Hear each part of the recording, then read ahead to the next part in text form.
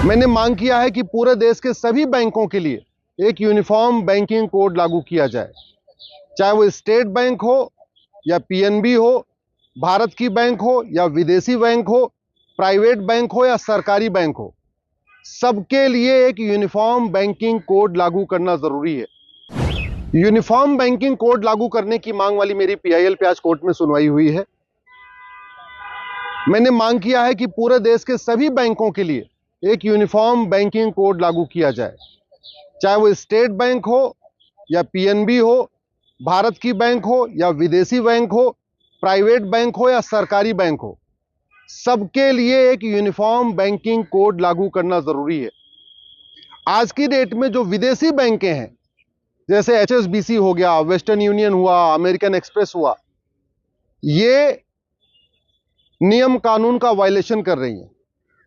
जो बाहर से पैसा आ रहा है, कनाडा से, ऑस्ट्रेलिया से, भारत को बर्बाद करने के लिए, खालिस्तानियों की मदद करने के लिए, माओवादियों की मदद करने के लिए, अलगाववादियों की फंडिंग करने के लिए, जिहादियों की फंडिंग करने के लिए, मिशनरियों की फंडिंग करने के लिए वो बैंक के जरिए आ रहा है, फिर भी उसको आरबीआई नहीं पकड़ पा रही है। क्यों?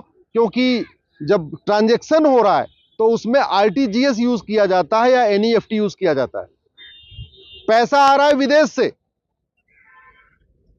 से पैसा आ रहा है, लेकिन उसमें लिखा रहता है आरटीजीएस या एनईएफटी। अब आरटीजीएस और एनईएफटी ये डोमेस्टिक टूल है, ये भारत के अंदर के ट्रांजैक्शन के लिए यूज करना चाहिए। आरबीआई केवल कोड को देखता है। अब जैसे उसने कोड देखा, इसमें तो आरटीजीएस लिखा है, एनईएफटी लिखा है, तो आरबीआई ये मान के चलता है, आरबीआई का सॉफ्टवेयर, कि ये तो भारत के अंदर का पैसा घूम रहा है। लेकिन होता एक्चुअली ये है कि पैसा आता है कनाडा से, ऑस्ट्रेलिया से या खाड़ी देशों से, और वो उसकी आता है केवल और केवल भारत विरोधियों को फंडिंग करने के लिए। जितने देश विरोधी एनजीओ हैं, जितने देश विरोधी सामाजिक संगठन हैं, जितने टुकड़े टुकड़े गैंग के सदस्य हैं, या माओवादी हैं, नक्सली हैं, जिहादी हैं, मिशनरी हैं, कट्टरपंथी हैं, चरमपंथी हैं, धर्मांतरण कराने वाले जिहादी हैं, मिशनरी हैं, इनकी बहुत बड़ी फंडिंग लगभग 50,000 करोड़ के आसपास हर साल ये फंडिंग आती है विदेश से, और वो आती है बाकायदा बैंक के जरिए, फिर भी पकड़ में नहीं आ रही है। आपने पहले देखा होगा, कानपुर में पत्थरबाजी के लिए 50 करोड़ के आसपास आया था। इसी तरीके से देश के अलग अलग जगहों पे पत्थरबाजी करने के लिए, आगजनी करने के लिए विदेशी फंडिंग होती है। किसान आंदोलन जो इतना लंबा चला था, उसमें भी विदेशी फंडिंग की बात हुई थी। विदेशी फंडिंग को रोकने का एक ही तरीका है कि भारत में यूनिफॉर्म बैंकिंग कोड लागू हो। आरटीजीएस और एनईएफटी ये केवल डोमेस्टिक ट्रांजैक्शन के लिए यूज हो, और जो बाहर का पैसा है उस पर केवल आईएमटी यानी इंटरनेशनल मनी ट्रांसफर लिखा जाए।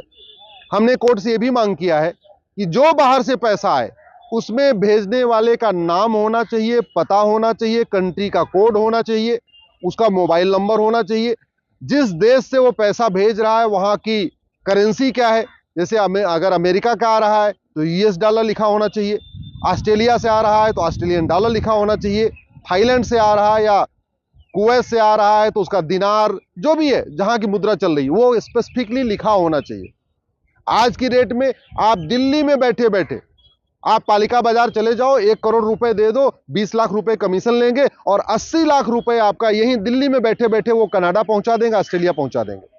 इसी तरीके से बाहर का पैसा आना चाहिए, जब भारत में आए तो उसमें बाकायदा नाम पता होना चाहिए, किसने भेजा, कितना रुपया भेजा, उसकी करेंसी क्या है।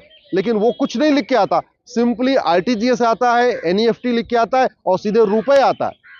मैंने कोर्ट को दिखाया, उसका एग्जाम्पल भी दिखाया कि पैसा आ रहा है ऑस्ट्रेलिया से, लेकिन उस पर ऑस्ट्रेलियन डॉलर लिखा ही नहीं है। आईएमटी यानी इंटरनेशनल मनी ट्रांसफर उसके ट्रांजैक्शन पे लिखा ही नहीं है। वो पैसा सीधे सीधे यहां खाते में आ रहा है और एनईएफटी के जरिए आ रहा है। एक दूसरा मैंने और भी एग्जांपल दिया, पैसा आ रहा है कनाडा से और उस पर लिखा है आरटीजीएस। जब आरटीजीएस और एनईएफटी लिखा है तो न केंद्र सरकार को पता चल पा रहा है, न वित्त मंत्रालय को पता चल पा रहा है कि ये पैसा कौन भेज रहा है, कहां से आ रहा है, न तो गृह मंत्रालय को पता चल पा रहा है कि पैसा कौन भेज रहा है, कहां से आ रहा है। आरबीआई को भी नहीं पता चल रहा है, क्योंकि आरबीआई ये सारा काम ऑटोमेटिक होता है, सॉफ्टवेयर इसको देखता है, और सॉफ्टवेयर ये देखता है कि आईएमटी लिखा हुआ है यानी इंटरनेशनल मनी ट्रांसफर लिखा है, या आरटीजीएस लिखा है, या एनईएफटी लिखा है। आईएमटी का यूज नहीं हो रहा है, एनईएफटी आरटीजीएस का यूज हो रहा है, तो वित्त मंत्रालय को भी लगता है कि डोमेस्टिक ट्रांजैक्शन हो रहा है। आरबीआई को भी लगता है डोमेस्टिक ट्रांजेक्शन हो रहा है, लेकिन ये पैसा आ रहा है विदेशों से। अगर भारत में यूनिफॉर्म बैंकिंग कोड लागू नहीं हुआ तो अलगाववाद, कट्टरवाद को रोकना नामुमकिन है। अगर भारत में माओवाद, नक्सलवाद को खत्म करना है तो तत्काल सरकार को यूनिफॉर्म बैंकिंग कोड लागू करना चाहिए। जो बैंक इसका वायलेशन कर रही हैं, जो भी बैंक, विदेशी बैंक, चाहे वो एचएसबीसी हो या वेस्टर्न यूनियन हो या अमेरिकन एक्सप्रेस हो, जो भी बैंक विदेशी पैसे को आरटीजीएस, एनईएफटी के जरिए ला रही हैं, उनका लाइसेंस रद्द करना चाहिए और ऐसे बैंक अधिकारियों को जो ये मिली भगत कर रहे हैं उनको जेल में डालना चाहिए। 50,000 करोड़ आ रहा है विदेशों से और बैंक के जरिए आ रहा है केवल और केवल भारत को बर्बाद करने के लिए। इसलिए अभी अगली सुनवाई 9 अप्रैल को होगी। मैं सरकार से निवेदन करता हूं, गृह मंत्रालय से और वित्त मंत्रालय से निवेदन करता हूं कि सरकार के पास पूरा डाटा है। आज कोर्ट ने बताया कि आप मुझे स्पेसिफिक डेटा बताइए कि कहां कहां विदेशी फंडिंग हुई है, तो मैंने कोर्ट से यही कहा। जितने एग्जाम्पल मीडिया में छपे थे वो तो मैंने दे दिए, लेकिन कोर्ट से मैंने ये कहा कि सरकार ने ही लगभग 1 लाख एनजीओ का लाइसेंस रद्द किया है और जो एनजीओ का लाइसेंस रद्द किया है उसमें फंडिंग के वायलेशन पे भी रद्द किया है। तो गृह मंत्रालय को ज्यादा पता है कि ये कौन कौन से एनजीओ हैं जिनको विदेशी फंडिंग हुई है और उन्होंने फंडिंग का वायलेशन किया है। वित्त मंत्रालय को ज्यादा पता है, ईडी को ज्यादा पता है, सीबीआई को ज्यादा पता है, पुलिस को ज्यादा पता है। हमें तो केवल इतना ही पता है जितनी बातें अखबारों में निकली हुई है। कोर्ट ने आज बहस सुनने के बाद उन्होंने 9 अप्रैल की डेट फिक्स किया है। 9 अप्रैल को उसको फाइनल हियरिंग है। मैं आशा करता हूं इस बीच में केंद्र सरकार एक यूनिफॉर्म बैंकिंग कोड का ड्राफ्ट लाएगी, जो भारत की बैंक है, जो भारत के अंदर काम करती है, जो भारत के अंदर ट्रांजैक्शन होता है, उसके लिए आरटीजीएस, एनईएफटी मैंडेटरी करेंगी। जो विदेशी बैंक है या विदेशी लेन देन कराती हैं, जो फॉरेन ट्रांजैक्शन करती हैं, उसके लिए बाकायदा एक यूनिफॉर्म बैंकिंग कोड बनेगा कि आप जब भी कोई पैसा लेंगे विदेश से या विदेश से जब भी कोई पैसा भेजेगा तो उसका नाम उस पर स्पष्ट लिखा होना चाहिए। जो स्टेटमेंट आता है उस पर भेजने वाले का नाम होना चाहिए, भेजने वाले का पता होना चाहिए, भेजने वाले का मोबाइल नंबर होना चाहिए, भेजने वाले के कंट्री कोड, देश का नाम होना चाहिए, भेजने वाले की करेंसी क्लियर कट होनी चाहिए कि वो रियाल है, दिनार है, अमेरिकन डॉलर है या ऑस्ट्रेलियन डॉलर, जो भी है क्लियर कट, या यूरो है, जो भी है क्लियर कट लिखा होना चाहिए। प्लस इसको चेंज करने का चार्ज क्या है, करेंसी को जब चेंज करते हैं तो कुछ चार्ज होता है, वो भी फिक्स अमाउंट लिखा होना चाहिए।